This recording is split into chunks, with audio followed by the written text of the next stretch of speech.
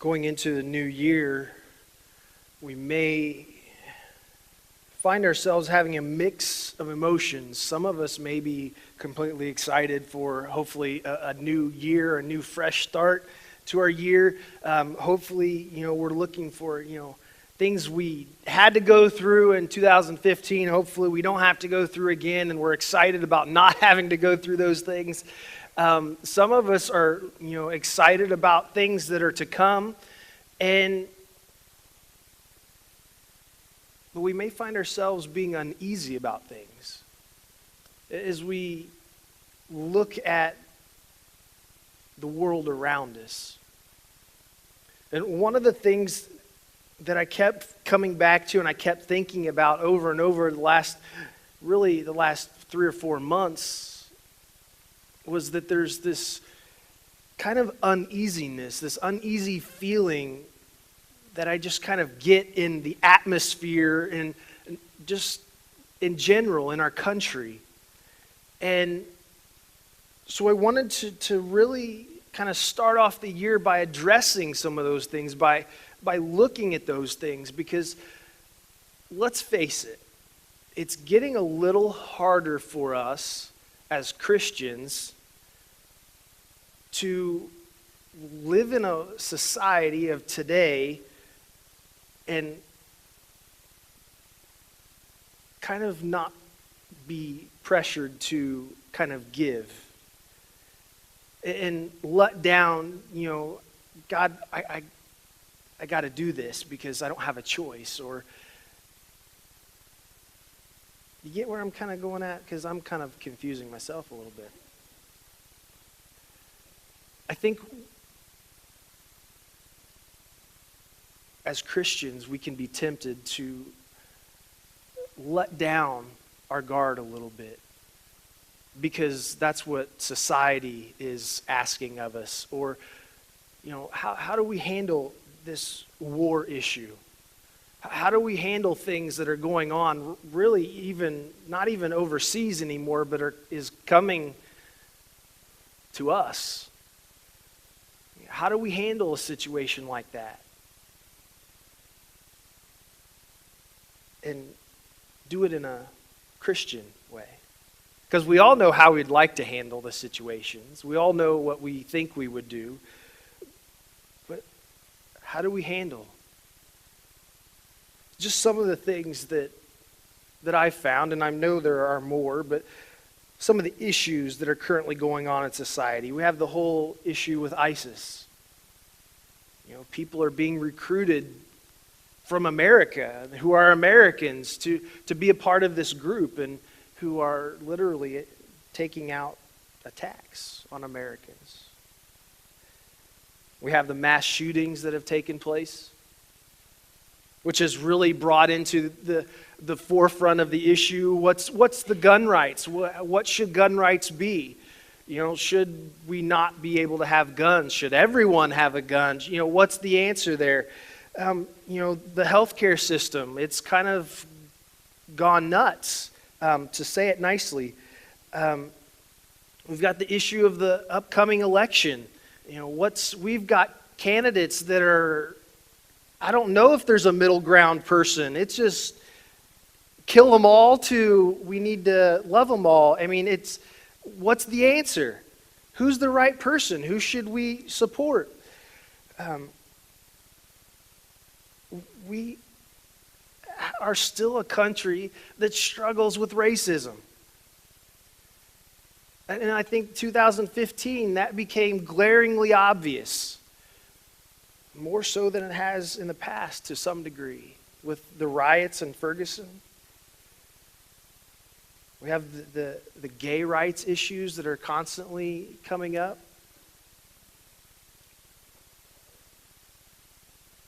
Christian values that are attacked.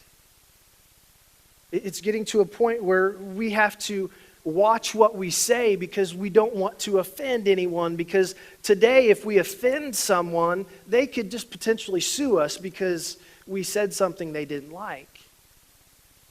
So should we stop saying Merry Christmas? Because, no. Should we not evangelize? Should we not reach out to people because of the strictness that society's putting on us? So how do we handle issues like this? We're going to look at a book in the Bible. It's not a long book, but it's the book of Daniel. I challenge you to, throughout this month of January, to be reading in that book. Whether you can read it all through in a week, read it every week, all the way through. It's an interesting read. There's a whole lot of interesting things. If you like thriller books, it'll keep you actively involved in the story. But there's a lot of things that if you don't study it deeper, you can pass over and not realize what it's all totally meaning. So throughout this month, we're going to look at this book of Daniel, and we're going to look at how Daniel did things.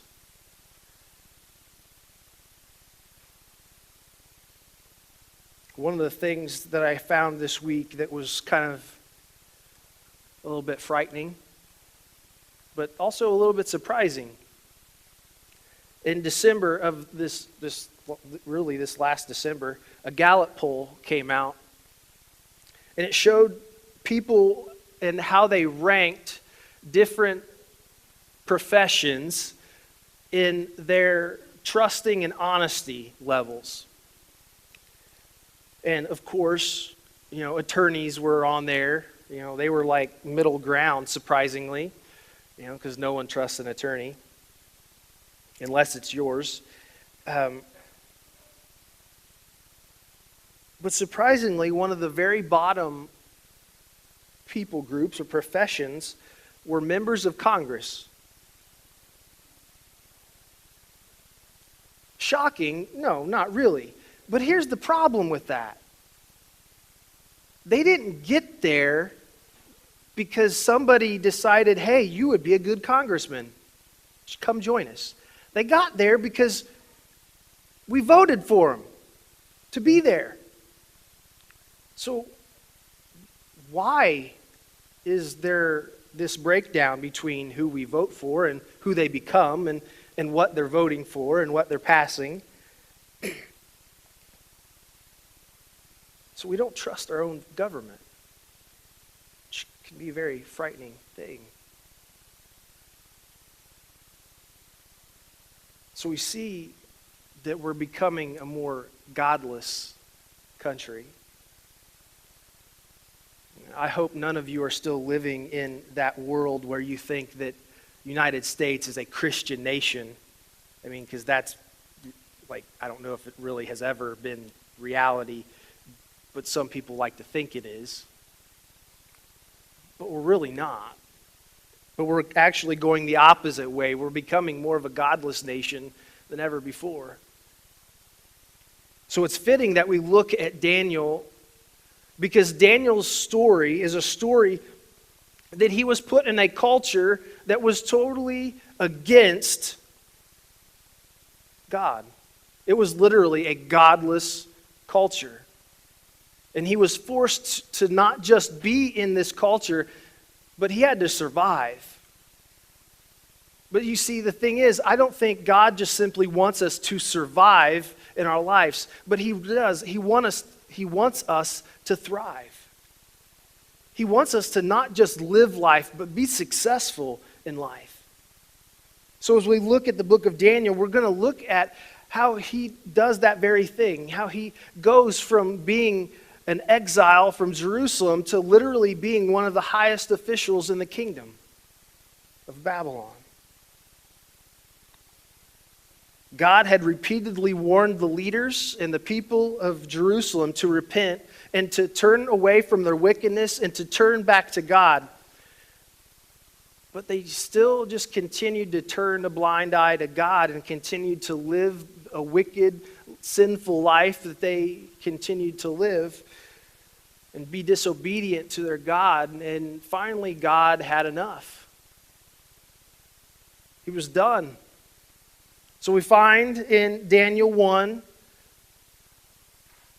starting at verse 1, Daniel writes, "In the 3rd year of the reign of Jehoiakim, king of Judah, Nebuchadnezzar, king of Babylon, came to Jerusalem and besieged it." He took control of it. He took it captive. "And the Lord delivered Jehoiakim, king of Judah, into his hand, along with some of the articles from the temple of God. These he carried off to the temple of his God in Babylonia and put in the treasure house of his God." There are literally books written just about those 2 verses, so I will spare you. I will not give you 2 books, just half of one. You see, the people of Jerusalem got exactly what they deserved. God had warned them. He had told them multiple times over, if you do not repent and turn back to me, you will be destroyed. Jerusalem will fall.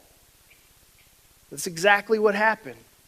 Jerusalem falls, and the king Nebuchadnezzar comes in, and he takes them all captive and takes them back to Babylon. But you see, there were people in Jerusalem who were good, God-fearing, God-loving people who were faithful to God. And 4 of those people that we know of are Daniel and his 3 buddies.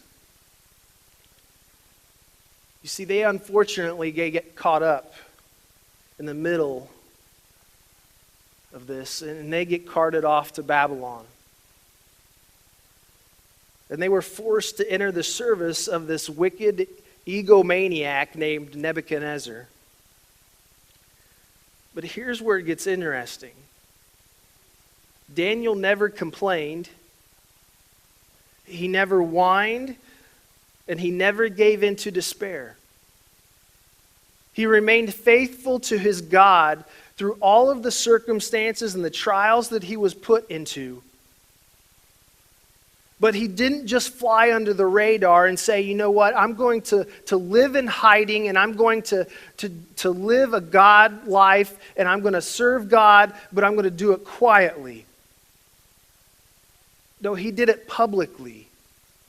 And he was still able to rise to being one of the highest in command in the kingdom of Babylon.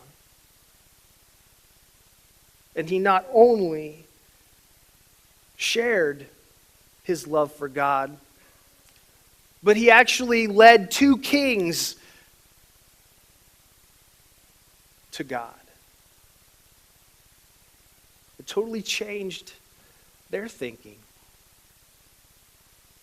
So I know probably what you're thinking is, well, if he didn't whine or he didn't complain, if he didn't give in to despair, it must not have been all that bad. I mean, he must have, he was high in the command, so he got the royal treatment, right? He had everything to go for him. So just how bad was Babylon? First, let's look at the place, Babylon. Daniel's first, he's taken into exile by the Babylonians. I'm babbling up here. There has never been anyone more evil than the Babylonians. I say this because if you look in Revelation chapter 18, verse 2, at the end of the story, right before Jesus comes back again, so the second coming of Jesus, an angel comes down and he cries out in a loud voice and he says, "Fallen, fallen is Babylon the Great." Okay, but if you know anything about history and you know anything about Babylon, Babylon has ceased to exist for a long time. And Bible prophecy even says that Babylon will never be rebuilt and people will never inhabit Babylon ever again. So, why the reference to Babylon before Jesus comes back? Well, Babylon is literally the definition or the personification of evil. God is literally saying, if you want to know what evil is, it's Babylon. So not Al-Qaeda, not the Mexican drug lords, not ISIS, not anything we have ever seen before in our lifetimes as far as evil goes, or nor will we ever see before God comes back. Nothing will ever get as bad or as evil as Babylon. This is the place where Daniel was. So the king, Nebuchadnezzar, he was a godless king. Didn't want anything to do with the God. He was an egomaniac. He was known to be hot-headed. He was a murderer. He was vain. He was unreasonable and incredibly cruel. After he conquered Jerusalem, he took a number of the holy items from the temple of God and he brought them back to Babylon and he placed them in the temple of the demonic god named Marduk. And he did this because this was Nebuchadnezzar's way of mocking God. Saying, how you think you have control over me? Look what I did. I literally stole the things that are supposed to be sacred and holy, and I'm going to put them in this demonic god. Even though I don't believe in him or care about him, I'm going to desecrate these things that are sacred. He builds a 90-foot golden statue as a tribute to his power and his fame. And he forces everyone to bow down to this statue or else be killed. One night he had a dream, but it was all in code and he couldn't figure it out. So what's he do? He brings all of his enchanters and all of his magicians in, and he says, "Tell me what the dream means, or I'll kill you.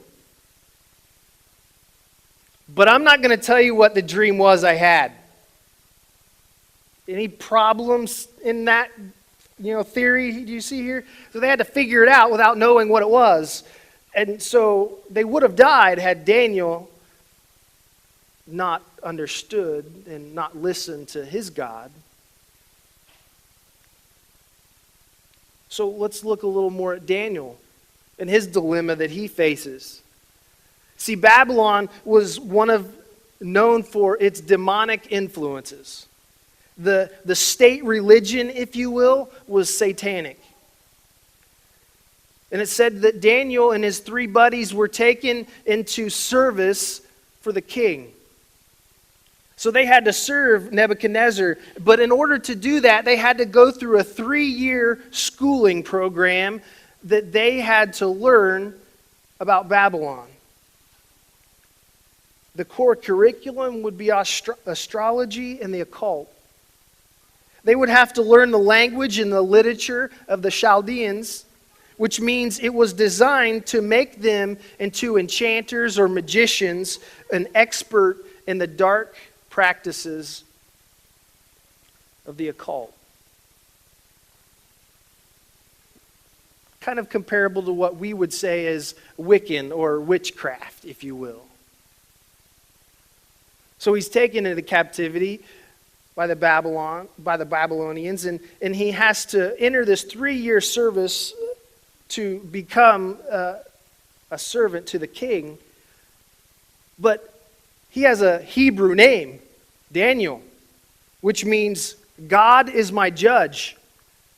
Well, that's not going to work for a king who wants nothing to do with God.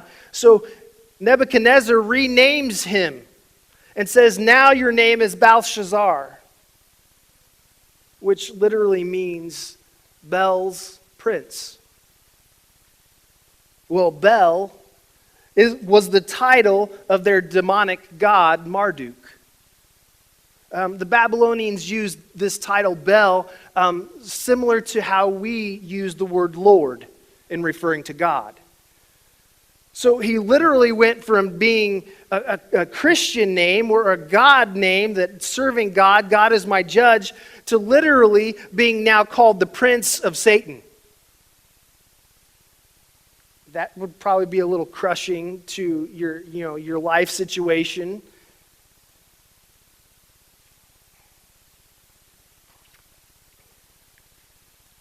But to be in the service of the king meant that you also had to eat the food from the king's table. Well, if you can imagine, the king's table was not kosher. If you're familiar with Jewish culture, their food had to be kosher. It had to go by strict dietary guidelines that God set in motion back in Leviticus. So the laws had to be followed. And because Daniel was a Jew, he had to follow these dietary guidelines. So his option was to either be faithful to God and not eat the food from the king's table and die, or not honor his God and eat the food from the king's table. Those were his options. But as you read on, you find that Daniel found a way around it through God's blessing. As if those things aren't hard enough, men will probably understand this next one a little better than women, but nonetheless, you'll understand it. This is the thing that your Sunday school teacher did not tell you. They neglected to tell you this because they did not want to put this on the flannel graph when they were teaching you their Sunday school lesson. But you see, Daniel and his 3 buddies were castrated and turned into eunuchs. You see, in ancient cultures, it was incredibly important for a man to have a family, especially sons, because they provided him with status. They worked his land and they tended to his flocks. And his lineage would only continue on if he continued to have sons and children that would pass on his name. It was the family that would provide them with financial support as they got older. You see, here's the kicker here. Is you see, Daniel 1:4, it says, young men without any physical defect, handsome, showing aptitude for every kind of learning, well-informed, quick to understand, and qualified to serve in the king's palace. But there was another situation that you have to understand. You see, not only did Nebuchadnezzar take all of the most good-looking men and put them into his service as servants, but he also would take all of the best-looking, most beautiful-looking women into his harem. What can you not mix? All of the good-looking women and all of the good-looking men. You can't put them together because that would be trouble for the king. So he had to get rid of the problem. So he would literally demasculate the men, or emasculate the men, and castrate them. And he didn't complain.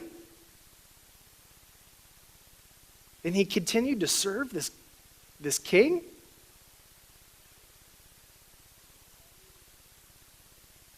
What we'll look at in the next 4 weeks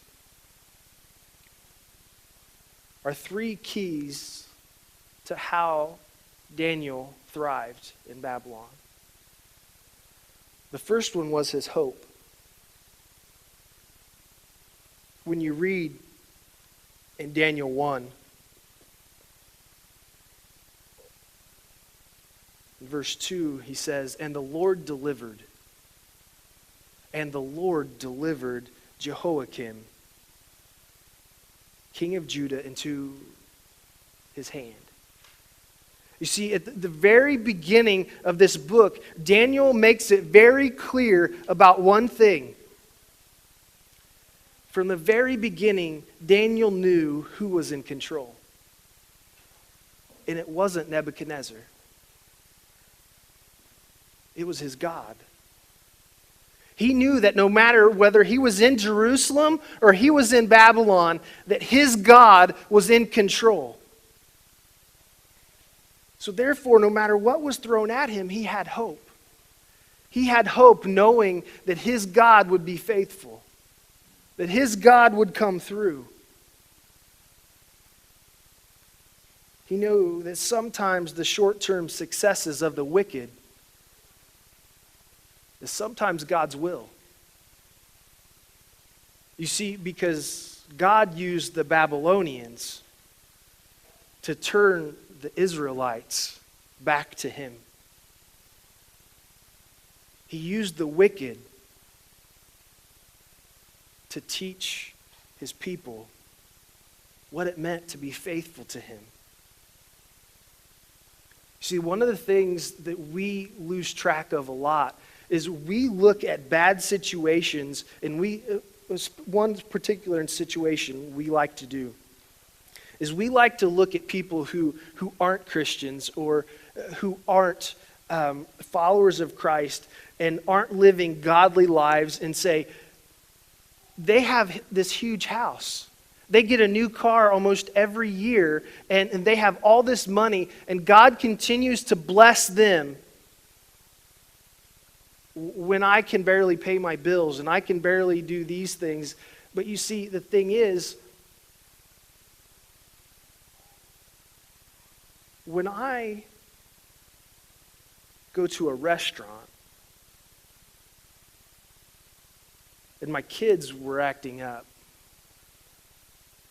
and these kids were just driving me nuts,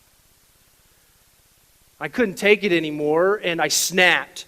I jumped up, I yelled at the kids, and I just smacked their butt as hard as I could because I was done. I had lost it. But then Jennifer comes over and reminds me that those aren't my kids. And the cops show up and they tell me why I'm not allowed to discipline their kids because they're not mine. You see where I'm going with this?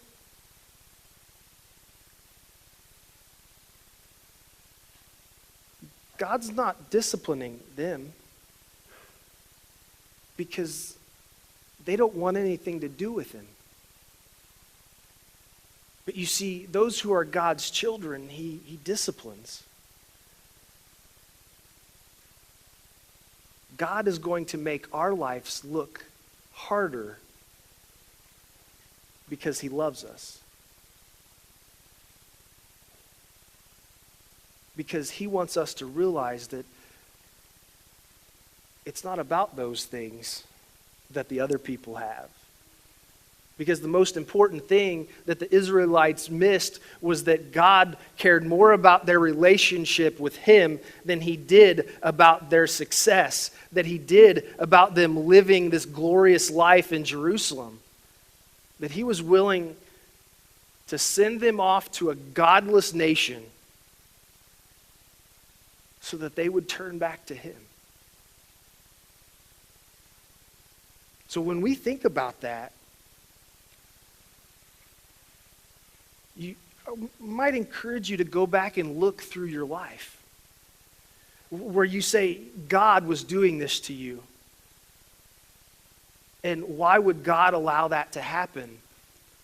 Well, it's very possible that God allowed that to happen because God wanted to use something that may not have been all that godly, and he used it to turn you back to him.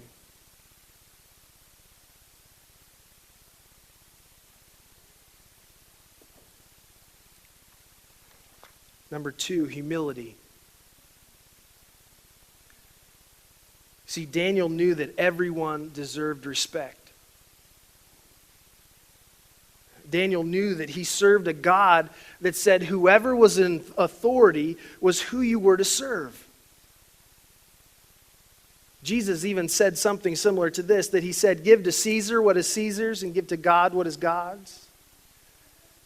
Jesus tells us to respect and honor the authority put before us. I was talking to my aunt this last week, and we're having this conversation, and I couldn't help but laugh because we are total opposites. We are politically, we're on opposite spectrums, spiritually, opposite spectrums, and I mean, she's a feminist. She's very much like women's rights, like galore. I'm not saying I'm like not against women or anything, but she's like really strong pusher of women's rights, and but yet we're having this conversation, and it's just we're just talking. Not once did we like get angry. Not once did we like want to hit each other because we believe differently. And we're having this conversation, and it's like most people can't even sit in the same room with someone they disagree with politically. And I told her, I said, you know, I've said this to people at the church before, and I'm going to say it again. You know, President Obama drives me nuts. I don't agree with a lot of the things he does. Presidentially, just. However, if he were to walk in this room right now, I would go shake his hand. Why? Because I respect the position. I respect him as the President of the United States of America. Do I respect and honor all the things, the choices he's made, the things that he puts into policies? No. Do I have to? No. But you respect him as the president. And that's exactly what God and what Jesus says later that we're to do. We're supposed to honor the people who are in authority. And that's exactly what Daniel does. You see, our natural reaction when society gets bad and starts turning against us as Christians is to cower back and say, okay, if we can't do that, well, then we won't do that. We'll just do it secretly. And we don't want to make you angry. We don't want to get in trouble. So we'll just push ourselves and we keep distancing ourselves from them. But what Daniel is actually saying is the exact opposite. He's saying, no, you infiltrate the camp. If you want to be a godly nation again, if you want to honor God, you don't distance yourself from it. You go and you put yourself in the middle of it, and you serve God just like you would in a God-fearing nation. And you say, God, I love you. I'm going to serve you. I'm going to put you first, and I'm going to show these people what it looks like to live a God-fearing life.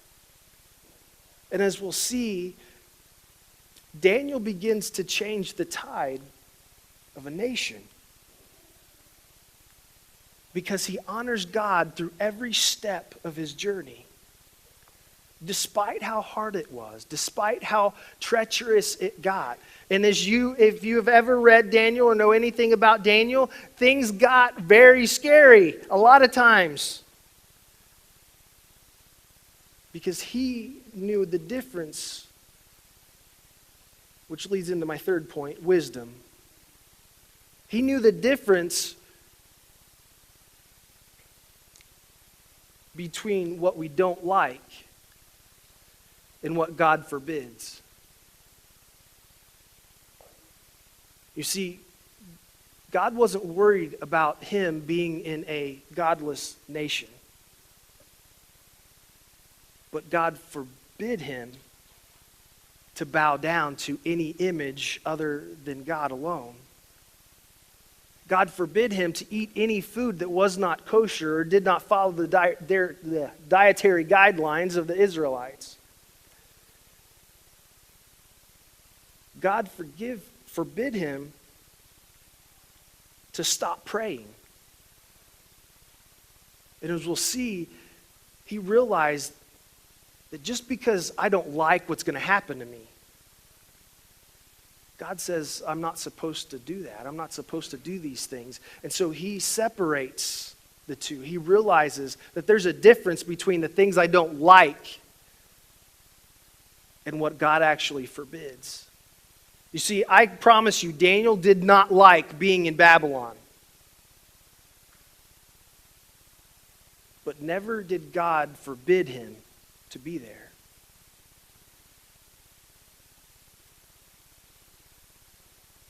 It's going to be a little uncomfortable, I think, in the next 4 weeks. Because it's going to really stretch our thoughts. It's going to stretch really our imagination of where we're going to be as Christians, what it's going to look like for us to continue to be followers of Christ in a nation that's continuing to go in the way of being a godless nation. So how does that change? How does that, look for us? So I encourage you to come back and see what we can learn through Daniel. And I encourage you again to be reading the book of Daniel as we go throughout this next 4 weeks. So, Jeff?